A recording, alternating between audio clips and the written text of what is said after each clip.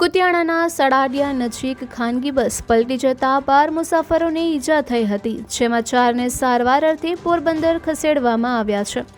પોરબંદરથી કુતિયાણા જઈ રહેલી ખાનગી મિની બસ સરાડિયા નજીક પહોંચી ત્યારે આગળ જઈ રહેલી રિક્ષાની બ્રેક ફેલ થતાં તેને બચાવવા જતાં બસ પલટી મારી ગઈ હતી. આથી બસમાં રહેલ મુસાફરોને નાની મોટી ઈજા થઈ હતી, જેમાં 12 લોકોને વધુ ઈજા થતાં સારવાર માટે કુતિયાણાની સરકારી હોસ્પિટલ ખાતે ખસેડવામાં આવ્યા હતા.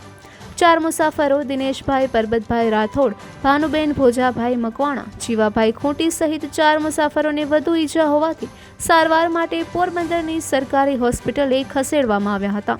જોકે મોડી સાંજ સુધી પોલીસ ચોપડે બનાવની કોઈ નોંધ થઈ ન હોવાનું જાણવા મળે છે.